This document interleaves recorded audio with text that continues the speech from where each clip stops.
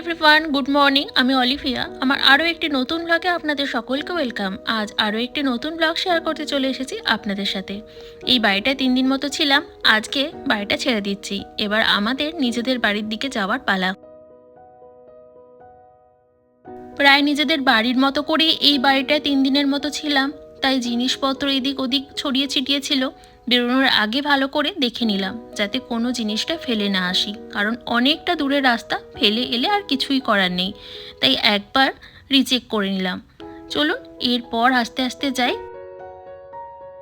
যাচ্ছি, কিন্তু মাথায় না আমার একটা চিন্তাই ঘুরছে, কোনো জিনিস ফেলে এলাম না তো।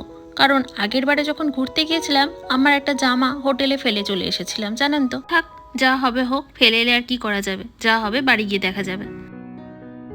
এখন ঘড়িতে সময় হয়েছে 11:15। আমাদের পৌঁছাতে সন্ধে হয়ে যাবে, ওই তো ধরুন না সন্ধে 7টা বা 8টাও বাজতে পারে। আসলে আমরা আজকে বাড়ি যাওয়ার পথে কয়েকটা জায়গা রেখেছি যেগুলো দেখে তারপর যাব, ওই কারণেই দেরি হবে আর কি। চলুন তাহলে যাওয়া যাক। বেশ অনেকটা রাস্তা এরকম পাহাড় পর্বত পেরিয়ে এসেছি, আর কাছাকাছি আমরা প্রায় চলে এসেছি। পুরো রাস্তার ভিডিও বানিয়ে আর আপনাদের বোর করলাম না, পুরো রাস্তাটাই প্রায় এরকম ছিল। চলুন কথা বলতে বলতে জায়গাটার কাছাকাছি এসে গিয়েছি।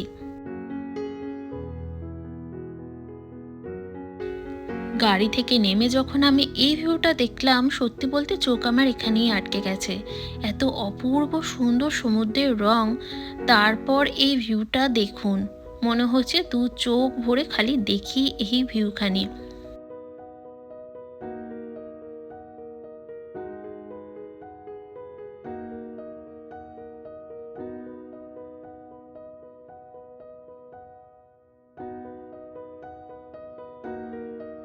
এই জায়গাটি দেখে আমি মুগ্ধ, আমার এখানটা দারুণ লেগেছে। আপনাদের দেখে এখানটা কীরকম লাগলো অবশ্যই কিন্তু কমেন্ট করে জানাবেন। চলুন এখানে আর সময় নষ্ট করে লাভ নেই, এরপর চলুন গাড়িতে উঠি আর পরের পয়েন্টটাতে যাই। এই সমুদ্রটাকে ঘিরেই পুরো রাস্তাটা, আর ওই সমুদ্রটাকে এক একটা পয়েন্ট থেকে এক এক রকমভাবে দেখব। চলুন তাহলে যাওয়া যাক।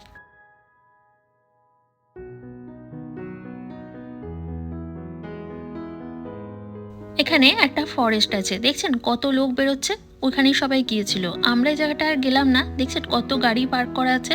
এখানে গাড়ি পার্ক করে যাওয়া যেত, তবে সব যদি দেখি তাহলে আমাদের পৌঁছাতে হয়তো রাত্রি 1টাও বেজে যেতে পারে।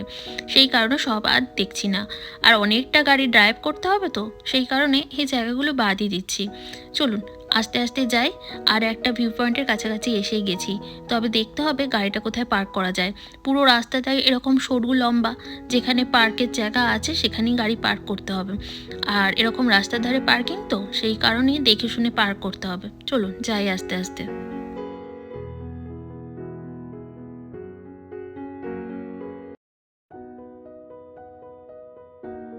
সমুদ্রের ধার দিয়ে এরকম লম্বা সরু রাস্তা কি অসাধারণ লাগছে। আর দেখুন ওই দূরে সূর্যের আলোটা এমনভাবে ফোকাসে পড়ছে যে কেমন একটা ঝাপসা হয়ে যাচ্ছে। এই যে এইখানটায় নামলাম এই ভিউটা দেখবো বলে, এখানটাও দেখুন কি অসাধারণ লাগছে। এখানে যেন সমুদ্রের রংটা একটা অন্য রকম, সবুজ আভা বা নীল, আর ওই দূরে দেখছেন দু রকম কালারও দেখা যাচ্ছে সমুদ্রের। আর এই যে রাস্তার ধারে আমাদের গাড়িগুলো পার্ক করা হয়েছে, খুবই অল্প জায়গা। ওই তো হাতে গুনে ভাবুন 5 থেকে 6টা গাড়ির মতো দাঁড়াবে, তাই সবাই ওই 10 থেকে 15 মিনিটের মতো সময় নিচ্ছে, জায়গাটা উপভোগ করছে, আবার গাড়ি নিয়ে বেরিয়ে যাচ্ছে। কারণ প্রত্যেককেই তো দেখার সুযোগ দিতে হবে, তাই না?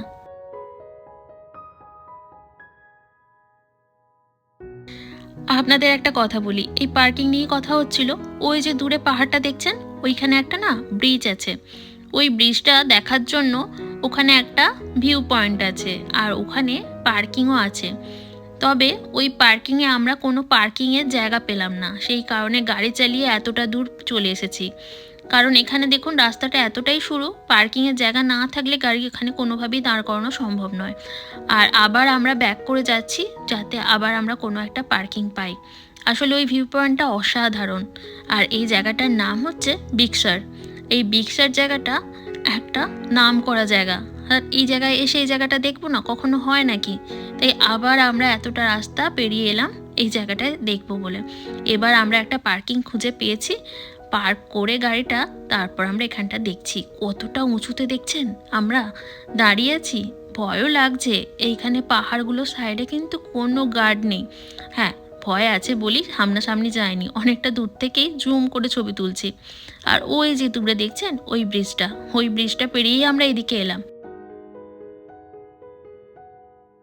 এই যে এতগুলো ভিউ পয়েন্ট দেখলাম, তার মধ্যে এটাই হচ্ছে সেরা, কারণ এইটা দেখার জন্যই দূর দূর থেকে লোক ছুটে আসে।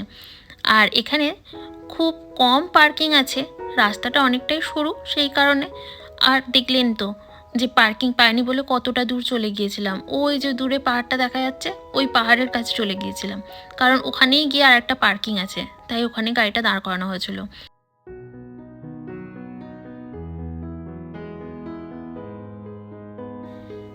এই ছেলেগুলোর কি সাহস ভাবুন তো, ওই পাথরের টুকরোগুলোর উপর দাঁড়িয়ে ছবি তুলছে। বাবা, আমার অত সাহস নেই। আমি নিজেকে যেখানে সেফ মনে করছি সেখান থেকে দাঁড়িয়ে আমি ভিডিও করছি। কি দারুণ লাগছে তাই না?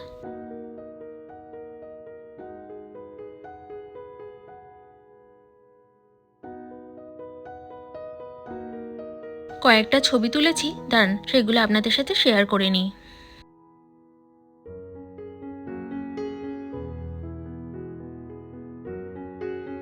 এখানে একটা ওয়ার্নিং বোর্ডও দেওয়া আছে যে এখানে স্লোপ আছে, তার বাইরে যেন কেউ না যায়। কিন্তু কয়েকজনকে দেখছি কথাই শুনছে না, কত দূর চলে যাচ্ছে ওই স্লোপিংয়ে।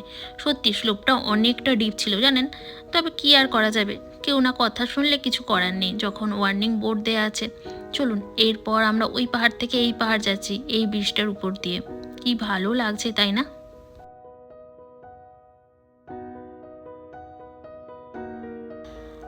আজকে যে জায়গাগুলো দেখলাম, সত্যি বলতে চোখে যেন একটা আলাদাই শান্তি এলো। এরপর আমরা লাঞ্চ করেছি, লাঞ্চের আবার কিছুক্ষণ পরেও আমরা কফি আর স্ন্যাক্স খেয়েছি। চলুন তাহলে এরপর আস্তে আস্তে বাড়ির দিকে যাওয়া যাক। এখনও পৌঁছাতে প্রায় 5 ঘন্টা থেকে 6 ঘন্টা সময় লাগবে। চলুন, ব্লগটাও তাহলে আজকে এখানেই শেষ করছি। আরও একটা নতুন ব্লগে আপনাদের সাথে দেখা হবে খুব তাড়াতাড়ি। আমার ব্লগ যদি আপনাদের ভালো লেগে থাকে তাহলে অবশ্যই আমার এই বং ইন ক্যালিফোর্নিয়া চ্যানেলটি সাবস্ক্রাইব করে দিয়ে আমার পাশে থাকার অনুরোধ রইল। তাহলে চলুন, আজকে এটুকুই থাক। আজকের মতো টাটা।